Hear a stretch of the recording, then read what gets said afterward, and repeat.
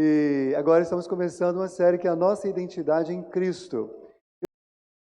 Atos capítulo 2, versículo 37 até o versículo 47, que fala bem assim: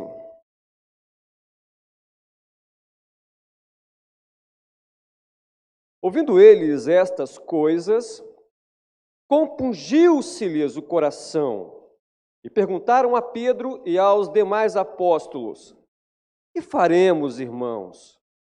Respondeu-lhes Pedro: Arrependei-vos, cada um de vós seja batizado em nome de Jesus Cristo para a remissão dos vossos pecados e recebereis o dom do Espírito Santo. Pois para vós outros é a promessa, para vossos filhos e para todos os que ainda estão longe, isto é, para quantos o Senhor nosso Deus chamar.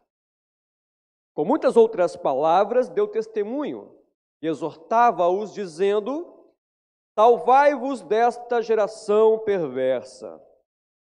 Então, os que lhe aceitaram a palavra foram batizados, havendo acréscimo naquele dia de quase 3.000 pessoas. E perseveravam na doutrina dos apóstolos e na comunhão, no partir do pão e nas orações. Em cada alma havia temor, e muitos prodígios e sinais eram feitos por intermédio dos apóstolos. Todos os que creram estavam juntos, tinham tudo em comum, vendiam as suas propriedades e bens, distribuindo o produto entre todos, à medida que alguém tinha necessidade. Diariamente perseveravam unânimes no templo, partiam pão de casa em casa e tomavam as suas refeições com alegria e singeleza de coração, louvando a Deus e contando com a simpatia de todo o povo. Enquanto isso, acrescentava-lhes o Senhor dia a dia os que iam sendo salvos. Quem me conhece melhor, quem me conhece mais de perto, sabe que eu não sou um cinéfilo, eu não sou de curtir filmes. Eu não sou aquele cara que fica guardando o cartaz do filme. Eu não sou esse tipo de gente. E eu tenho que confessar que lá na nossa congregação, os jovens gostam muito de ler Senhor dos Anéis e se encontram para assistir. Um empresta um livro para o outro. Já me convidaram para assistir com eles, mas eu não entendi muita coisa. Aí disseram que eu tinha que gostar, porque quem não gosta é maluco, porque o negócio é muito bom. E eu não entendi, mas de repente... E lá em casa nós temos a Netflix, e de repente, mas a Stephanie que assiste, mas de repente ela passando lá, um filme que eu queria ver estava lá, é o Cobra Kai. E para quem não sabe, é uma série que volta à história do Karate Kid. Sabe quando eu era criança, o Karate Kid. E aí eu que não sou esse cara de ver séries, ficar 4 horas em frente à televisão, fiz, porque achei bom. E aí foi aquela nostalgia boa, sabe? Aquela coisa que eu me identifiquei com isso. Uma boa lembrança. E essa boa lembrança, ela é boa. Mas nós temos que concordar que nem todas as lembranças de nossas vidas são boas. Há lembranças que são ruins e nos deixam desconfortáveis. Algumas vezes você deve ter acordado de madrugada, preocupado com uma dívida. E o texto aqui, o qual nós lemos, há um grupo de pessoas que são lembrados de algo desconfortável. Há um grupo de pessoas que são lembrados, estão em dívida. Esse povo judeu, que há 50 dias antes havia estado na Páscoa. Esse mesmo povo estava gritando: solta a Barrabás, crucifica Jesus de Nazaré. Esse mesmo povo que ali estava na Páscoa, agora se dirige para a festa de Pentecostes. Pentecostes significa 50 dias após a Páscoa, outro festival religioso. E à medida que eles se caminham para o templo, para o início das festividades, eles passam em algum lugar que a Bíblia não deixa claro aonde. São mais ou menos 14 nações diferentes, pessoas de todas essas 14 nações que estão se dirigindo e ouvem pessoas falando de coisas maravilhosas da parte de Deus, mas seus idiomas de origem. São línguas estranhas, são idiomáticas, mas elas estão entendendo e acho isso assustador. Como esses homens, sendo galileus, conseguem falar em nossos idiomas? E aí Pedro agora, ele toma a palavra e diz: vocês crucificaram o Cristo. Vocês mataram o Messias. Vocês entregaram o autor da vida para ser morto pelos iníquos, seja, pelos romanos. E agora aquele pessoal, aquele auditório, está ali, estão lembrados de que suas mãos possuem sangue inocente. E não é uma posição confortável. Eles foram lembrados da dívida, foram lembrados da pessoa que eles eram e da condição que eles estavam. E agora eles, ouvindo Pedro falar, eles fazem uma pergunta, que está aqui no versículo 37. Que faremos, irmãos?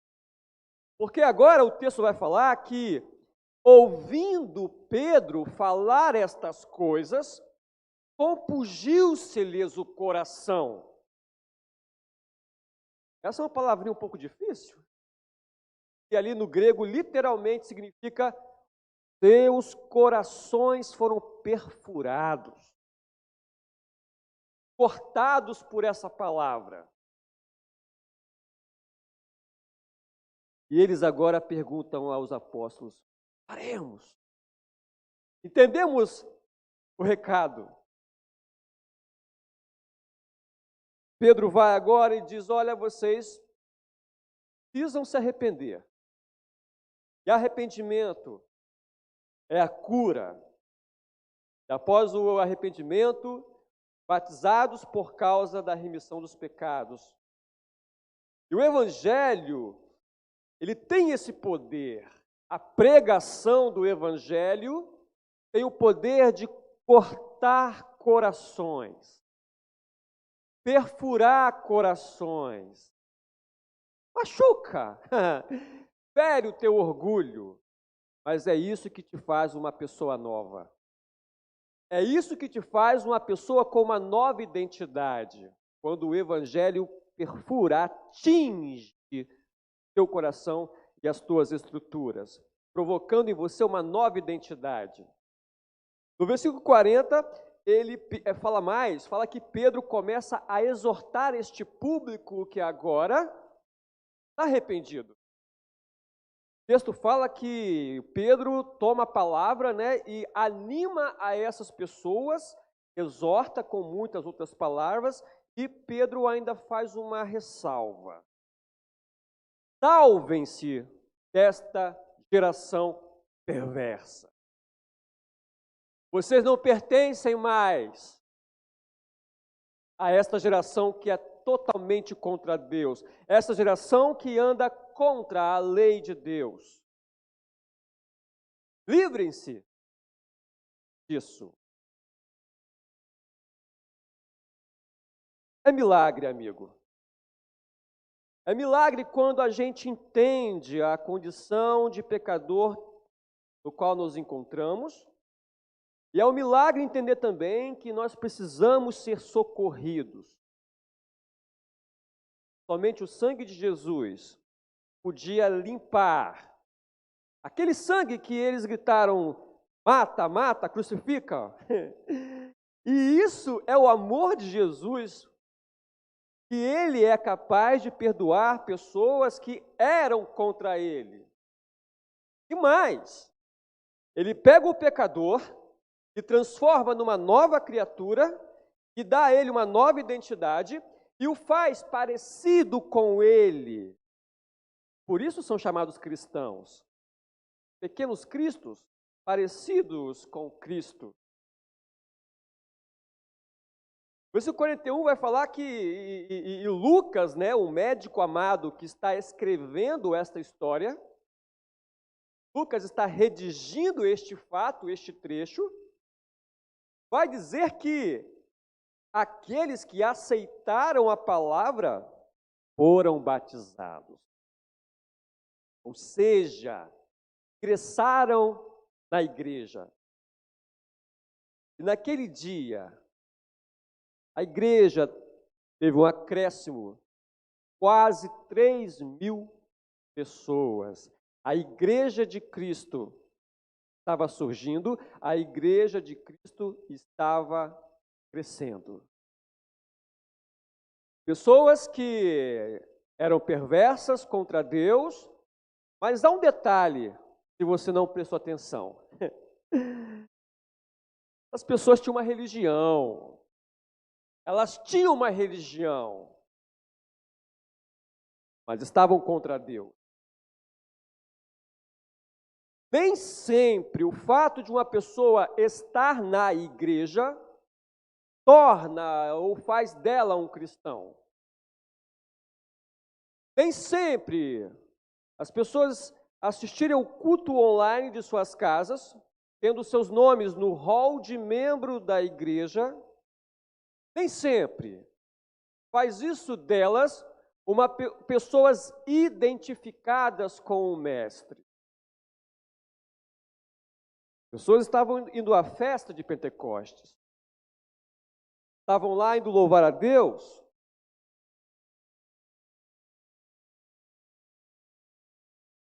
mas a pergunta que você deve se fazer é: quem eu sou? Quem eu sou nessa história toda? Eu de fato fui alcançado pelo Espírito Santo? Ou eu de fato estou compondo uma história, faz de contas? Ah, eu sou presbiteriano. Ah, eu conheço os ciclos de fé. Às vezes você não é um cristão. Às vezes você é um simpatizante com a religião cristã. Mas a história da igreja, ela nos mostra que essas pessoas carregavam uma identificação com aquele que os chamou. A Bíblia fala que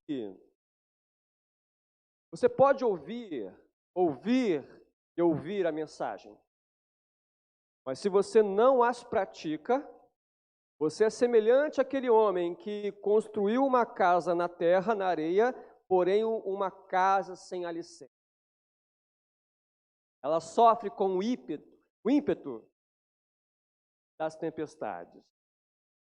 Ela rui, ela cai, ela cede.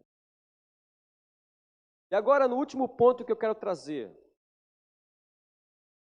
está do versículo 42 ao versículo 47, e Lucas, ele começa falando da conversão dessas pessoas, e agora ele vai mostrar para você, mostrar para mim, como era o dia a dia, a teologia prática, como era a comunidade desses novos cristãos. E Lucas aqui vai mostrar agora o cotidiano de pessoas que tiveram seus corações perfurados, cortados pela palavra do Evangelho. E nós sabemos que a palavra de Deus não volta vazia. Quando ela é lançada, ela traz os seus frutos. Ou a pessoa diz sim, ou a pessoa diz não. Vazia ela não volta. E agora aqui no verso 42 ao versículo 47, há um detalhamento, rotina dessa igreja. Como essas pessoas agora conviviam, e olha que interessante. 42 já começa com um verbo que ocorre duas vezes aqui, nesse recorte. O verbo perseverar. Perseveravam na doutrina dos apóstolos. Doutrina, ensinamento. Esse é o desejo de uma vida nova em Cristo. Eu quero aprender mais dele. Eu quero ser ensinado por ele. Eu quero a doutrina cristã. É o fruto da conversão. Sincera conversão. É quando a tua alma fica inquieta e encontra descanso no Senhor, na palavra dele, ao buscar na palavra dele descanso, orientação para a tua vida. Doutrina. Aqui também fala que eles perseveravam no partir do pão, nas orações e também na comunhão. Não há como eu querer me distanciar, como a música ali falou, né, que nós somos galhos ligados à parreira. Essa vida nova em Cristo vai provocar em você o desejo ardente de estar perto dos seus irmãos. Essa vida nova em Cristo vai provocar em você o desejo até mesmo de ampliar o teu círculo de novos irmãos em Cristo. E é por isso que o Senhor traz pessoas à igreja. Porque a igreja cresce. E ela não deve só crescer em qualidade, mas também em quantidade. Mas o Senhor usa os seus meios para isso. Há um outro detalhe também no dia a dia dessa igreja, esse pessoal que teve o coração perfurado. Em cada alma havia temor. Cada alma havia compromisso com o Senhor. Ali também vai falar que eles entendiam que o Senhor havia dado a eles, eles também deveriam compartilhar, e por isso que quando alguém tinha uma necessidade, criava um jeito de suprir a falta daqueles irmãos que não tinham ou que estavam passando por dificuldade. Continuando aqui, diz que, no verso 46, que diariamente perseveraram unânimes no templo. Meus amigos, todo aquele que é chamado para ser de Cristo, está sendo chamado para ingressar numa nova família, na família de Deus. E essa família de Deus, composta de tantas pessoas diferentes, já falei isso aqui uma vez em outro culto, quem faz a igreja dar certo com tantas pessoas diferentes que não pensam igual você pensa, é o Espírito Santo de Deus. Adorna a sua noiva, a noiva de Cristo para o casamento. E esse desejo dos irmãos estarem juntos, isso é legítimo, isso é original. O próprio Cristo chamou 12 para estarem com ele num círculo mais íntimo, para que ele pudesse ensiná-los e guiá-los.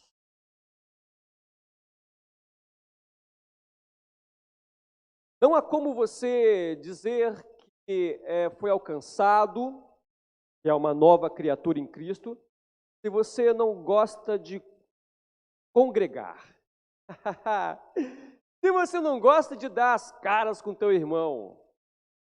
Se você não acha legítimo glorioso a graça que Deus nos dá de estarmos aqui numa manhã de domingo juntos, falando sobre Ele, cantando para Ele, sendo abençoados por Ele. Isso é graça de Deus. Pessoas que foram salvas de uma geração perversa, agora se reúnem numa vida nova e estavam sempre juntos, congregando, e hoje não é diferente. Em nossas igrejas, em nossas congregações, nós, nesse momento de pandemia, a gente se vira como pode.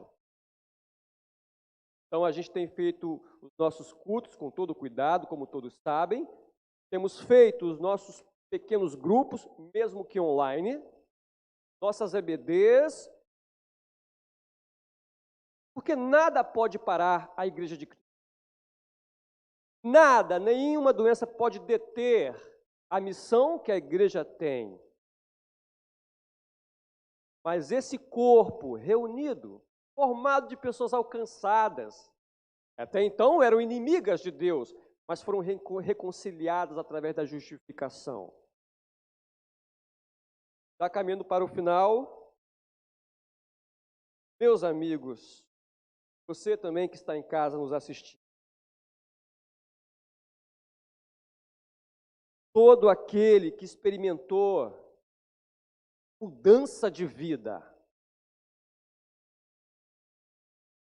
não é apenas uma mudança comportamental, uma mudança moral, é de fato espiritual.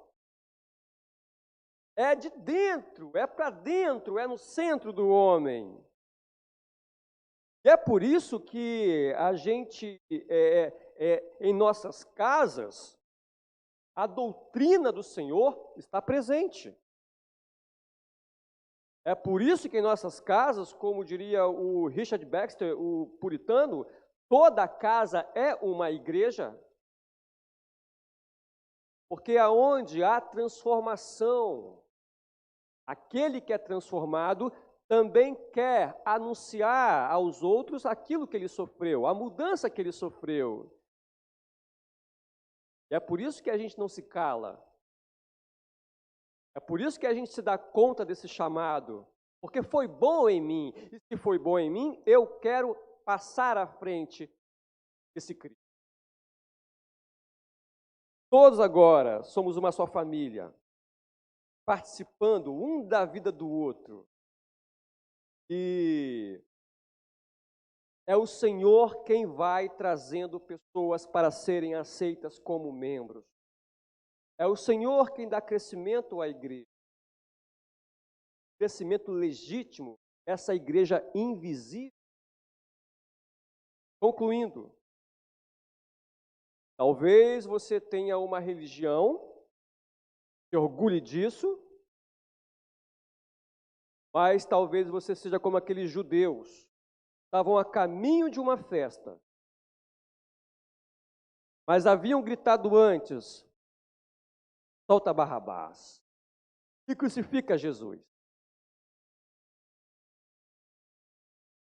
Judeus, eles eram circuncidados sob a lei. Todo menino, ao 8º dia, tinha que sofrer uma cirurgia no pênis. A circuncisão era uma identificação, a circuncisão era um selo, um sinal visível de que aquela criança pertencia ao povo de Deus. Mas era uma marca na pele, sinal na pele. Mas era uma distinção. Deus outorgou essa lei. E agora a igreja vai crescendo, crescendo, crescendo. E o que nós vemos é que parte do povo judeu se agarra mais à circuncisão do que à graça de Cristo. Eu fui mudado pelo poder de Deus porque eu tenho a circuncisão. E Paulo vai nos alertar que, de fato, isso não é bem assim. Ele vai dizer o seguinte: e a verdadeira, a exclusiva circuncisão, a verdadeira operação, cirurgia feita no coração do homem. É a marca. Esse é o selo. Esse é o sinal visível de uma nova vida em Cristo. Selo, sinal de pertencimento. Agora vocês pertencem a Cristo. Foram selados pelo seu Espírito. Novas criaturas, uma nova vida, uma nova história. Meus amigos, quem está em Cristo, nova criatura é. As velhas coisas já se passaram. A conversão de um homem, o próprio John Bunyan, autor de O Peregrino, escreveu: conversão de um homem é algo dramático, porque fala que é uma terra dura. É o Senhor que vai abrindo trilhos nessa terra. Que a gente possa entender melhor, glorificar a Deus, agradecer a Ele por Ele ter feito novas pessoas em Cristo. Louve a Deus pela sua salvação. Louve a Deus pelo pertencimento.